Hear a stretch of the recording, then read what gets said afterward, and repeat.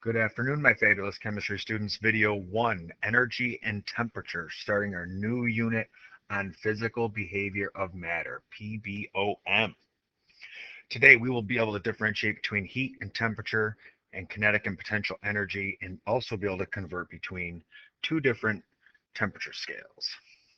Okay, so just thinking about potential and kinetic energy, we've learned a little bit about them. Um, but temperature and heat, aren't they basically the same thing? And then the short answer is no.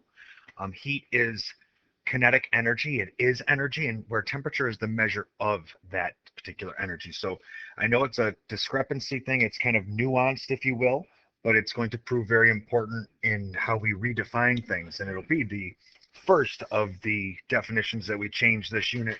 There will be more to come, and they will be very fun. So here we go, right into the notes. Energy and temperature. Energy is the capacity to do work. How do I do things? How do I get energy to turn on the lights and to power our vehicles? That kind of stuff. Kinetic energy, energy of motion or movement. It is associated with temperature. Or that little 5-year-old that's all jacked up on sugar, right? Potential energy is now potential is energy of position. We call that stationary or stored energy. Okay, that's associated specifically with what we're going to be learning as phase change, as I go from liquid to solid or from liquid to gas. Okay, temperature. Temperature here is now defined as, and from evermore, the average kinetic energy of anything is its temperature. Okay, so if I have a change in temperature, you're going to see I'm going to have a change in kinetic energy. Remember that little triangle, we call it delta in math, and that means change. It does not depend on the sample size, however, though. So it could be a small sample, it could be a large sample. The temperature is going to be irrelevant of how big the sample is. Heat, on the other hand, is different in that major regard. It's the amount of energy. So the bigger the thing is, the more energy it can have. Okay? So we look at it specifically during when heat is transferred. It's always going to go from hot to cold. That's just the law of nature. We want to go from high energy to low energy. Fits in well with the other subjects that we've talked about where energy changes from high to low, right? Exothermic, endothermic. We talk about the nature of things and how it works. Again, falls right in line. We're not going to change that, but this is going to further deepen our understanding. It does depend on sample size. So if we think of a large cube of, say, copper, if I have a cube of copper that's a foot by a foot by a foot and it's pretty big, I can barely lift that thing up, it can hold a lot of heat. Okay, and if I have a small one that's an inch by an inch by an inch, it's going to hold just a little bit amount of heat. And in order for me to get them both up to the same temperature, that big one I'm going to have to heat up for a lot longer. Do you see what I'm saying? So that's why it's going to be dependent on volume. We're going to measure our heat in joules or kilojoules, which is thousands of joules, and sometimes calories, very much like the same calories we see in our food. Okay, that's how we actually test those calories. We burn them and check out the flame. And no, I don't think we're going to do that this year. All right, so let's contradict heat and temperature right here in our little diagram. Specifically, heat is the measure of our kinetic energy that's being transferred, of course, from always hot to cold. We'll never go the other way around because that's going to take way too much energy, and heat is energy. You see what I'm saying? Temperature, we have scales. The average of our kinetic energy. How are we going to measure that heat?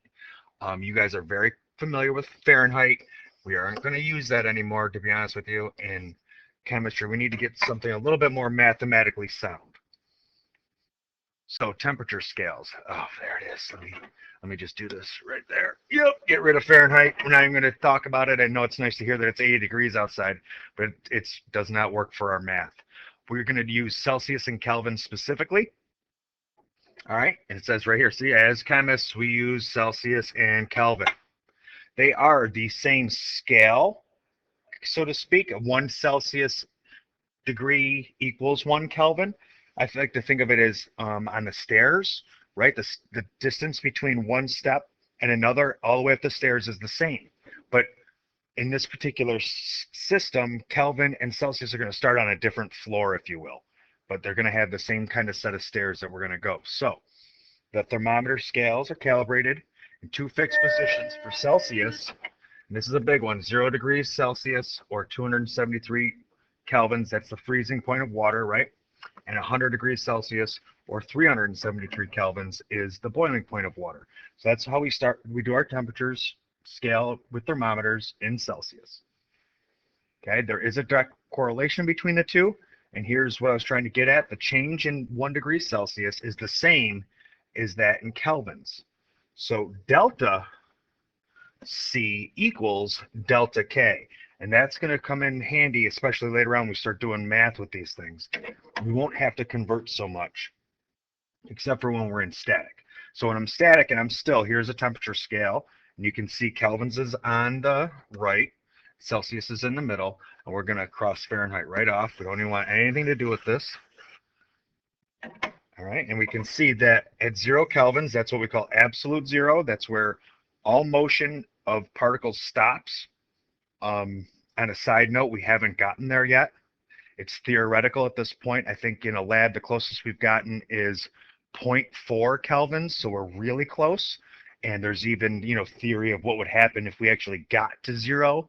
If we ever did get to 0, would it just spread out of control and everything stop? Or because we've never been there. So, but it's theoretical and it's pretty sound mathematics with calculus. We're not going there. If I were to convert 0 kelvins to Celsius, the number would be negative 273 Celsius. And just to give you some number that you could understand, what is that? Negative 460 in that Fahrenheit scale we don't use anymore. So that's some cold business. 0 freezing point of water, 0 degrees Celsius is going to be 273 kelvins.